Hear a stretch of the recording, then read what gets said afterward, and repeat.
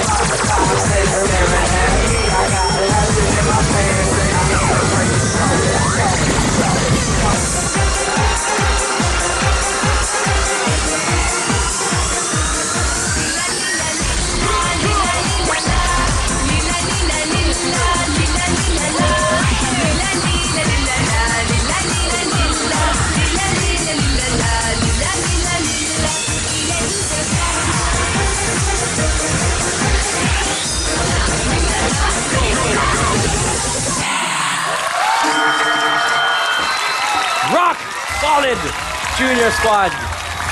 Okay, Rock Solid. O, sino bang maghahawak ng mikropono sa inyo? At si Brandon. Okay. Congresswoman, what do you say? Siya, ikaw ba yung parang leader sa grupo? Opo. Okay, sino yung pinaka-pasaway? Siyempre po yung iisa naming lalaki. Ang cute. Talaga namang pero he performed well. Ang linis-linis ng act niya. Ikaw ba nasanay ka na puro babae yung kasama mo or naiilang ka pa rin minsan? Naiilang po minsan. Bakit? Kasi po ang gaganda nila eh. Uy! Uy! Brad, ilan taon ka na ba? 10 years old. 10. Ikaw ba? Natanong ko na rin to nung huli. Baka naman nagbago na kasi isip mo. Ikaw ba, may type ka sa mga kasama mo? Wala po. Wala? Oh. Naniniwala ba kayo? Uy, kakasabi mo lang na ang gaganda nila tapos ngayon wala kang tipo ni isa. Pagkaangalang naman po eh. Yeah. Tama! Tama naman. Tama naman. Hanga nga lang naman. But that was a good performance. Masabay pa nga kayo tonight kasi sa nung una ko kayong nakita. Congratulations. Thank you very much, Congresswoman Lucy. Jelly? Alam mo, habang nagpa-perform kayo, kasi lahat kayo nakangiti din ako. Ang saya-sayang manood sa inyo. You did a good job. It was very, very entertaining. Alam ko, marami pa kayong magagawa dahil ang galing-galing nyo kanina. Thank you very much, Jelly. Enchong? Uy, alam mo, Ryan, yung ginagawa nila, naalala ko yung mga universities. Ang magaling dyan, yung UP. Hindi University of the Philippines, Ano? University of the Puppets. Okay. Kaya ang galing-galing nyo, ingat lang sa pagpapractice. Very good. Tama, ingat sa practice. Thank you, Enchong. Tita Tuesday. Brandon, may tanong ako. Di ba natanong na kanina, okay lang ba kung paulit-ulit? Di ba? Opo. Sabi mo wala kang gusto sa kahit isa sa mga kagrupo mo. Pero nung tinatanong ka namin, napansin ko lamang na yung babae sa iyong kaliwa ay gumaganyan-ganyan. Kaliwa. Ayun. Ito. Ayan, nasa kaliwa mo sa harap. Sabi niya, ako yata yung crush ni Rendon. Tsaka siya yung talagang nagdepensa sa'yo na kahit po makulit si Rendon, ay mahal po namin siya. Tapos ang tagal, 3 seconds, bilang kapatid. Bago umabot doon, sino ba yung pinaka-close mo na lang? Yung hindi yung may paghanga or whatever, yung parang best friend mo na sa kanila lahat. Si Ate Krisha po. Saan si Ate Krisha? Ako po. Ayun. Si Ate Krisha parang leader, no? Ikaw talagang namumuno sa kanila. Gusto ko na tularan kayo ng ibang mga bata na kahit ano pa yan na pinagkakabisihan, maybe cheer dancing, instrument, pagkanta, kahit ano pa yan. Basta makabuluhan at saka merong kinalaman sa pag-aaral at sa pagiging maliksi ay suporta ako dyan. So go, fight! Thank you po. Thank you, Tita Tuesday. Maraming salamat, Tan Scouts. Ano, maganda yung confident kayo dahil sa practice at kung sa hindi sa kung ano pa man, ano? Congratulations sa inyong performance. Good luck sa resulta sa ating mga Tan Scouts. Thank you, guys. Thank you po, Tito Ryan. Nakita niyo na po ang 5 talentadong Pinoy kids na naglalaban-laban para makuha ang kauna-unahang slot sa ating Grand Finals. At para tulungan kayong piliin ang inyong paborito, panoorin uli natin ang kanilang mga performances.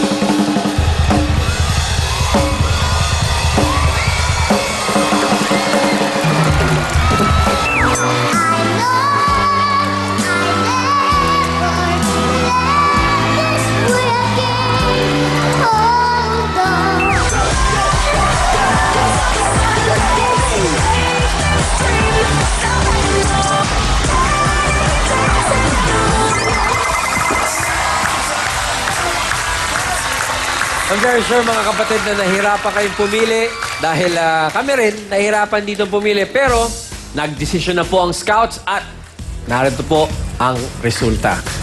Ang talentadong Pinoy Kid quarterly champion ay tatanggap ng 50,000 pesos cash at magbabalik para sa ating Grand Finals.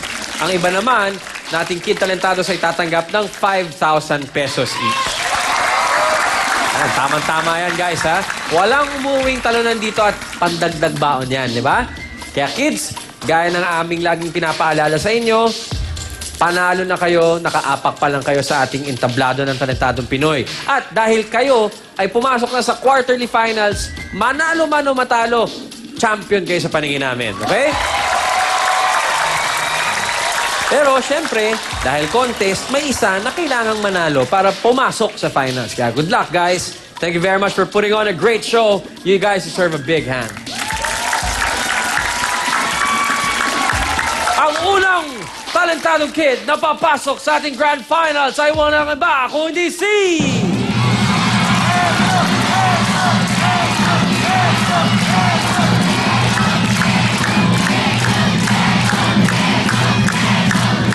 Congratulations! Magkita tayo sa finals! Baby Gymnast! Okay, ito ang iyong trophy. Congratulations! Guys, maraming salamat.